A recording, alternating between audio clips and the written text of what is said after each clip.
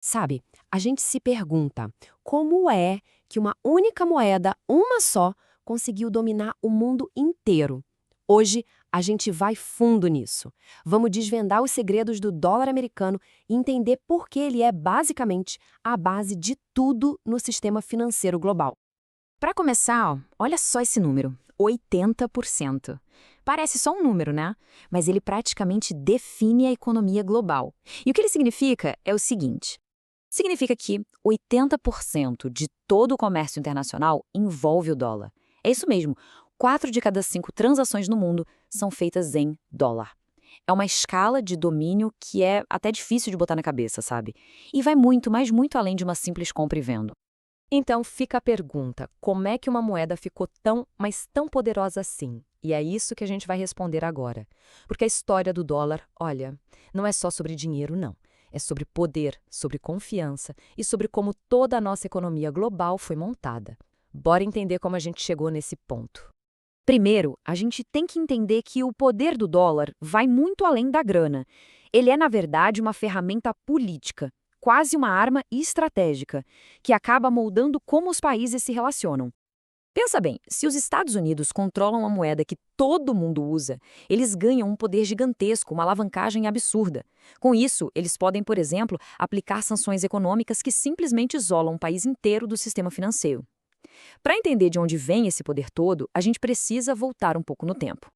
E a nossa história começa lá no finalzinho da Segunda Guerra Mundial. A origem desse poder todo do dólar foi literalmente forjada num acordo. Um acordo que não só reconstruiu o mundo, mas que, na prática, redesenhou o mapa econômico do planeta. E aqui a gente tem dois momentos-chave, decisivos mesmo. Primeiro, 1944, foi quando o dólar foi coroado o rei do pedaço. Depois, em 1971, as regras do jogo viraram de cabeça para baixo. Mas o mais curioso é que, mesmo assim, o rei continuou no trono. Como assim? A gente já vai ver. Vamos tentar imaginar a cena. O mundo tinha acabado de sair da Segunda Guerra, estava em ruínas. O que todo mundo mais queria era estabilidade. E aí quem surge como a grande potência com a economia mais forte do planeta? Os Estados Unidos. A solução, então, pareceu meio óbvia para todo mundo. Vamos construir um sistema novo e o dólar vai ser o centro de tudo. Mas precisava de uma garantia, né? E qual foi essa garantia? Ouro. Simples assim. Os Estados Unidos tinham a maior parte das reservas de ouro do mundo. E aí eles fizeram uma promessa bem direta. Olha, qualquer país pode vir aqui trocar seus dólares por ouro numa taxa fixa. Essa promessa, essa garantia física, foi o que construiu a confiança que sustentou o sistema inteiro. Só que essa era de ouro, claro, não durou para sempre. Chegou um momento que foi um verdadeiro ponto de virada super dramático. Uma única decisão que, de repente, abalou as bases da economia mundial e mudou as regras do jogo para sempre. Foi em 1971. Os Estados Unidos, por conta própria, decidiram acabar com a conversibilidade do dólar em ouro. Acabou. Esse evento ficou famoso como o Choque Nixon. E foi isso mesmo, um choque. De um dia para o outro, aquela promessa que segurava tudo foi quebrada. O dólar não valia mais uma quantidade de ouro. A pergunta que ficou no ar para todo mundo foi: e agora? O que acontece? Olha, a mudança foi gigantesca. Pensa só. O valor do dólar deixou de ser baseado em algo físico, que dá para tocar, o ouro, e passou a ser garantido por uma ideia. Uma ideia: a confiança, a fé na força da economia, da política e, claro, do poder militar dos Estados Unidos. E é aqui que entra o grande paradoxo da história. Porque se a gente parar para pensar, sem a garantia do ouro, o lógico seria o dólar perder poder, certo? Pois é, mas aconteceu o contrário. Ele ficou ainda mais forte. Mas como? Por quê?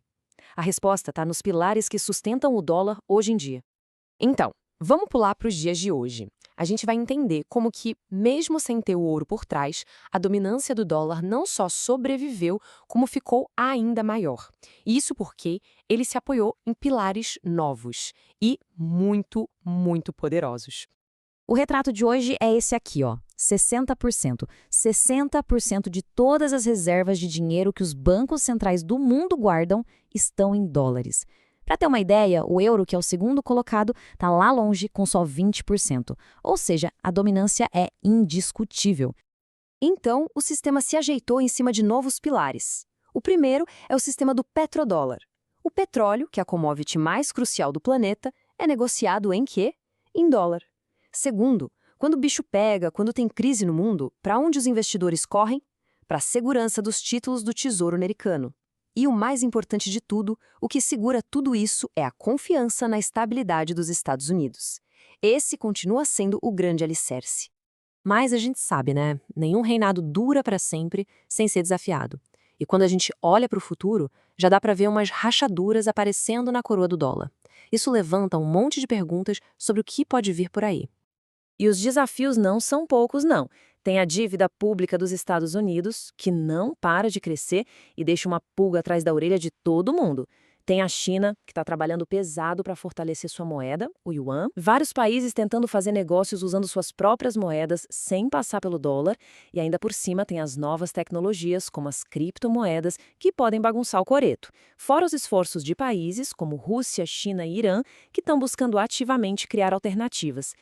Apesar disso tudo, e esse é o ponto-chave da história toda, para tirar o rei do trono, precisa ter um sucessor pronto para assumir, né? E a verdade é que hoje agora ainda não apareceu nenhuma outra moeda, nenhum outro sistema que chegue perto de ter a mesma confiança, a mesma segurança e o mesmo tamanho de mercado que o dólar construiu em décadas. E é com essa pergunta que a gente fica. Será que o dólar vai continuar sendo a moeda do mundo? Ou será que a gente está vendo o comecinho de um capítulo totalmente novo nas finanças globais? A estrutura que a gente conhece está sendo testada como nunca foi antes. A grande questão, no fim das contas, não é se o mundo financeiro vai mudar, mas sim quando isso vai acontecer e como. E a resposta para isso vai definir a economia de toda uma nova geração.